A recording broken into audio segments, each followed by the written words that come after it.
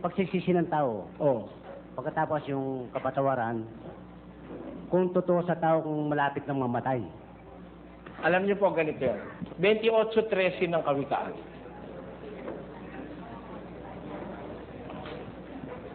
Siyang nagtatakip ng kanyang mga pagsalangsang ay hindi giginhawa. Itang tatakap king kayang kasalanan, yami pala, ana. Ang nagtatakip ng pagsalangsang niya, hindi siya giginhawa. Ngunit ang nagpapahayag at nag-iiwan ng mga yaon ay magtatamo ng kaawaan. Itang may papasyag at lalakwano reta, may kayatin niyang takalulo. Ano? Takalulo. Yun.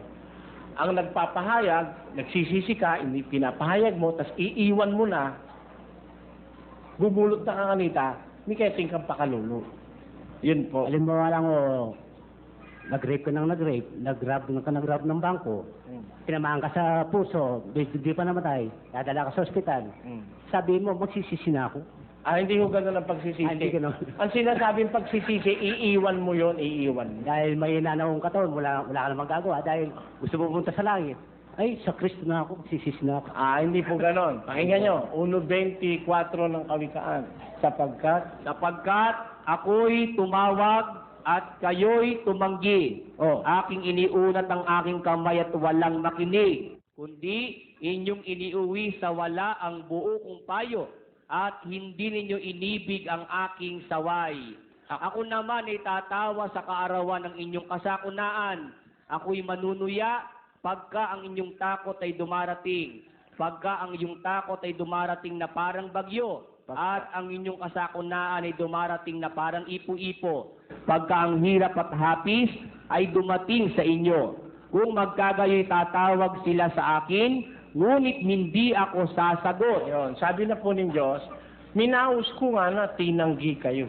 Inatsyat kayong gamat po ko pepakundangan nga na. Noon binili yung king ala, inganggang usok ko. Ako naman yung mayli king aldo na ning kasakitan nyo. Manyuno ko nga na ng Diyos, nung datang na yung kay kontakot.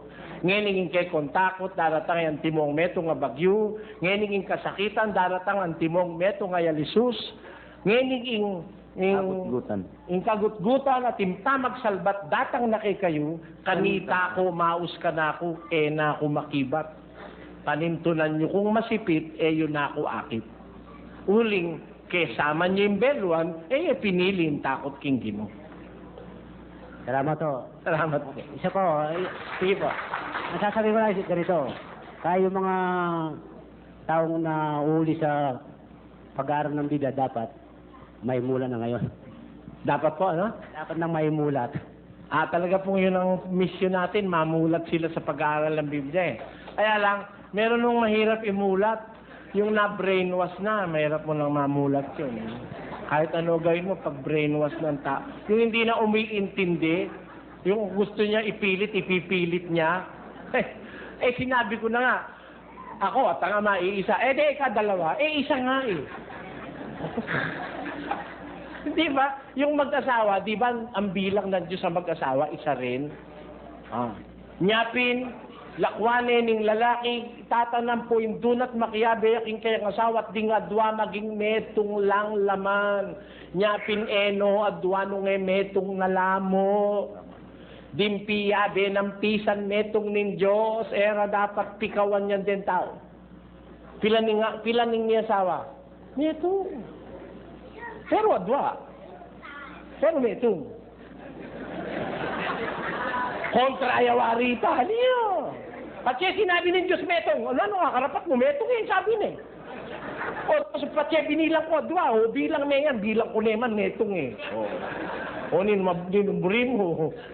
Alang Kristo, ako ang puwig pa ako, metong kanino. Metong, pero adwa. Alang kontra kanino. Pati brainwash na ka, talaga ngayon mo na yung intindihan ka nito.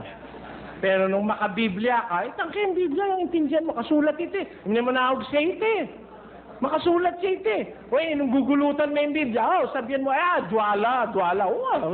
Gumulot na ka kay Biblia, balibag mo na may gamitan. Sinabi na, dinetong mo eh. Yan po yung makasunod.